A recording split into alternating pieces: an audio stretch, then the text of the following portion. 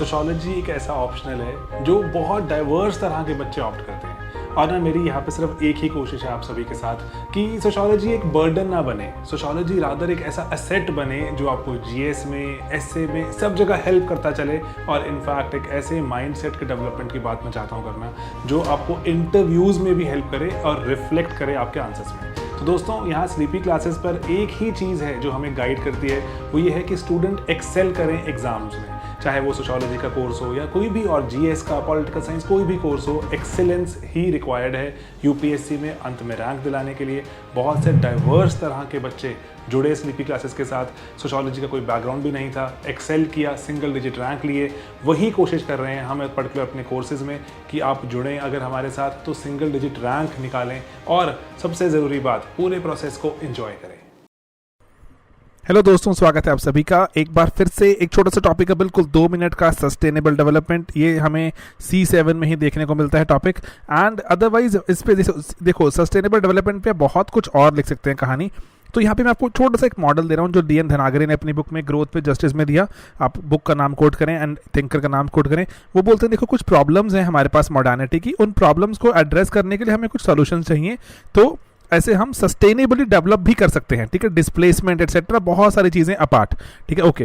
जैसे वो कह रहे हैं, जैसे प्रॉब्लम थी, प्रॉब्लम नंबर 1 कि बिग डैम्स आए, उसके साथ क्या आई, डिफॉरेस्टेशन आई, है ना, क्योंकि आपकी लैंड सबमर्ज वगैरह हो गई। तो उसको क्या बोलते हैं, वो कहते हैं कि जो रिवर चैनल के अलॉन्ग अगर ट्रीज प्लांट करो तो you can always you can always reclaim all the trees that you lost, ठीक है। देन वेटलैंड्स का लॉस हो गया, आप पढ़ते हैं ना अर्बनाइजेशन के कारण, ज्योग्राफी में पढ़ते हैं आप इतना, तो अर्बनाइजेशन के कारण वेटलैंड्स का लॉस हो गया, उस पर ज़मीन को फ्लैट करके उसको साफ करके वहाँ घर बना दिए। तो वो कह रहे हैं कि आर्टिफिशियल वेटलैंड्स क्रिएट करनी होगी अगर हमें ये फ्लड प्लेन्स और ये इकोलॉजिकल बैलेंस मेंटेन करना होगा, आर्टिफिशियल वेटलैंड्स बनाई जाएं। देन कह रहे ग्रीन रेवोल्यूशन से बहुत दिक्कत आई, तो उसके वो भी सस्टेनेबल डेवलपमेंट को चैलेंज करता है। तो कहते हैं जीएम क्रॉप्स ये प्रॉब्लम सॉल्व कर सकती है, ड्रिप इरिगेशन लेकर आओ, क्योंकि जो जीआर क्रॉप्स थी बहुत ज़्यादा पानी कंज्यूम करती हैं। तो कहते हैं फ्लड बेसिन, जिसको बोलते हैं ना आपकी, इसको फ्लड इरिगेशन बोलते हो कि पूरे के पूरे बेसिन इरिगेशन भी बोलते हैं कि पूरे के पूरे खेत में पानी भर देते हैं, उसमें जिसको जितना चाहिए अपने आप सोख लेगा, बाकी पानी वो इवेपोरेट हो जाता है, ज़मीन में चला जाता है, तो पानी बहुत ज़्यादा उसमें ज़ाया जाता है, बहुत वेस्ट होता है। तो ड्रिप इरिगेशन कर सकते हैं, रेन हार्वेस्टिंग, है ना, रिचार्जिंग एक्विफर्स, जो हमारे ज़मीन में एक्विफर हैं उसको ऐसे बहुत जगह ऐसे बनाया जाता है कि ज़मीन में जगह जगह छोटे छोटे खड्डे कर दिए जाते हैं और उन खड्डों से ग्रेजुअली जो वो होल्स के थ्रू पानी वापस चला जाता है ज़मीन के अंदर। एंड मिक्स क्रॉपिंग की जाए ताकि जो जीआर की मोनो क्रॉपिंग, ये वो सब जो इश्यूज हैं वो सभी सॉल्व हो सके। देन केम योर डिफॉरेस्टेशन, पेड़ काटे गए तो कहते हैं एफॉरेस्टेशन की जाए। आप यहाँ पर लेटेस्ट भी डाल सकते हैं, जैसे हमारा जो कैंपा वाला जो अभी एक्ट बन चुका है, CAMPA is a good move in this direction.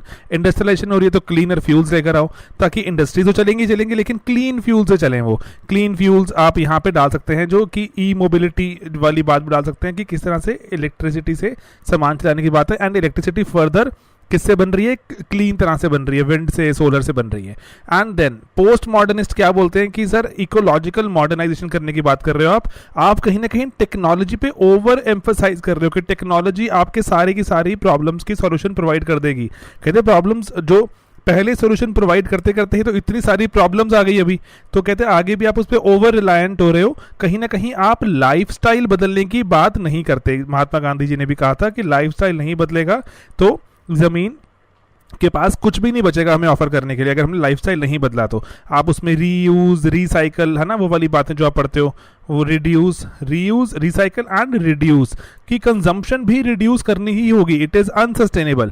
तो रीयूज, रिसाइकल एंड रिड्यूस आप इसको पक्का डाल सकते हैं, तो ये कर सकते हैं। एंड देन वो क्या बोलते हैं, इसको वर्ड बहुत ही अच्छा, जैसे हमने यहाँ पे देखा, which is this word, it is known as what, technological anarchism, कि टेक्नोलॉजी की एनार्की है कि जो भी टेक्नोलॉजी, हर चीज़ का सोल्यूशन टेक्नोलॉजी में ढूंढने की ट्राई।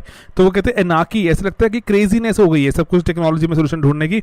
एंड देन जेंडर का एस्पेक्ट भी यहाँ डाल देना बहुत जरूरी है कि सस्टेनेबल डेवलपमेंट जेंडर इक्वालिटी के लिए बहुत जरूरी है, क्योंकि आपने पढ़ा था वो इको फेमिनिज्म वाली बात कि जब जब आपके जो ट्रीज वगैरह का लॉस होगा तो विमेन को ग्रेटर लॉस होता है, उनको फ्यूल वुड, वाटर वगैरह दूर से कलेक्ट करके लाना पड़ता है, बहुत दिक्कत होती है। तो आप ये वाला जो प्रॉब्लम्स गिनाइए, प्रॉब्लम्स के सॉल्यूशन गिनाइए, टेक्नोलॉजिकल एनार्किज्म की बात कीजिए, ये वाली बात कीजिए, महात्मा गांधी जी की बात कीजिए, एंड छोटी छोटी बातें आप कोड करेंगे, आपके 10 मार्क्स के जो आंसर में बहुत अच्छा फ्रेमवर्क भी है एंड सॉल्यूशंस भी हैं, सब कुछ है। ठीक है दोस्तों, तो इस पर ध्यान रखिएगा। मिलेंगे अपने अगली वीडियो में बहुत जल्द। Bye bye.